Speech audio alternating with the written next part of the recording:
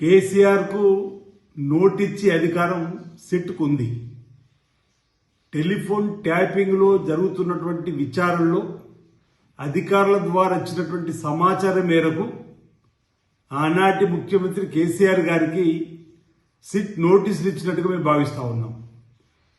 Tapping సంబంధించిన అంశంలో లబ్ధిదారుడుగా కేసీఆర్ గారు ఆయన పార్టీ ప్రయోజనాలు కనిపించే విధంగా ఉన్నటువంటి సందర్భంలో ఆనాటి ఆరోపణలు ప్రభుత్వంలో ఉండి ప్రత్యర్థి రాజకీయ పార్టీలకు సంబంధించినటువంటి ఫోన్ ట్యాపింగ్ చేయడంతో పాటు వ్యాపార వర్గాలు, సినిమా తారులు, జడ్జీలు వారు పార్టీకి వ్యతిరేకంగా పనిచేసే వారందరితో పాటు ఇతరత్ర ఫోన్ ట్యాపింగ్ చేసిందని చెప్పని దానిపై జరుగుతున్న విచారణలో భాగంగా ఈరోజు వారిని కూడా రమ్మని సిట్టు నోటీసులు ఇస్తే ఎందుకు బీఆర్ఎస్ పార్టీ గగ్గోలు పడుతుందో అర్థమైతలేదు, ఎందుకు హరీష్ రావు గారు గగ్గోలు పడుతున్నాడో అర్థమైతలేదు.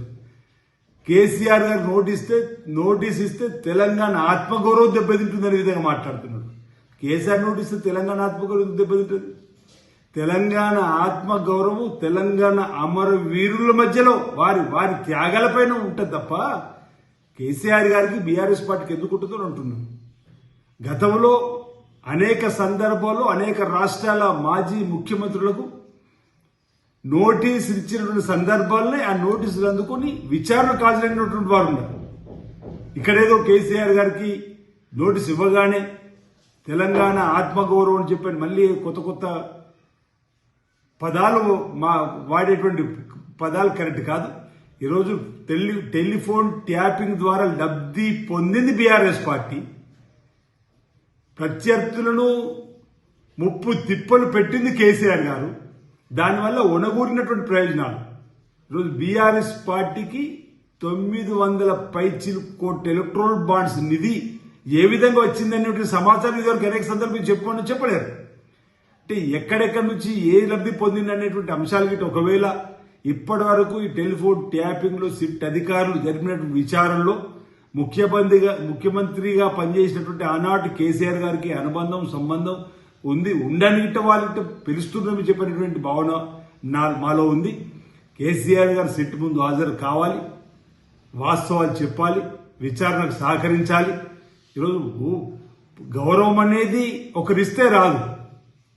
ఏజ్ను బట్టి కూడా సిట్ అధికారులు ఏ విధంగా విచారణ జరిపిన దానిలో కూడా వెసులుబాటు ఉంటే కూడా చూసేటువంటి సందర్భం ఉంటుంది. ఈరోజు ముమ్మాటికి ఈరోజు టెలిఫోన్ ట్యాపింగ్ అయిందని లోకం కూడా కూస్తున్నది. కేసీఆర్ గారి కూతురు కవితనే అంది, మా ఆయన టెలిఫోన్ ట్యాపింగ్ కూడా చేసిరు అని చెప్పారన్నమాట. ఇన్ని వాస్తవాలు ఉన్నప్పుడు విచారణకు హాజరై విచారణకు సంబంధించినటువంటి ప్రశ్నలకు జవాబులు చెప్పుకోవాలి, ఆ ప్రశ్నలు ఎదుర్కోవాలి తప్ప చట్టానికి సహకరించవలసింది పోయి ఈ విధంగా వారు మాట్లాడిన మాటలు ప్రజాస్వామికు అందరు గమనిస్తున్నారు, వాళ్ళ తీరును ఎండగడుతున్నారు.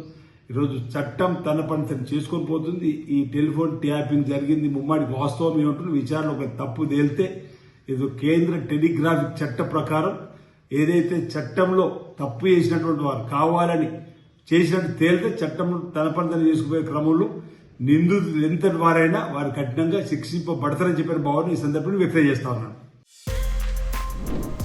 For more videos like this, subscribe Big TV channel.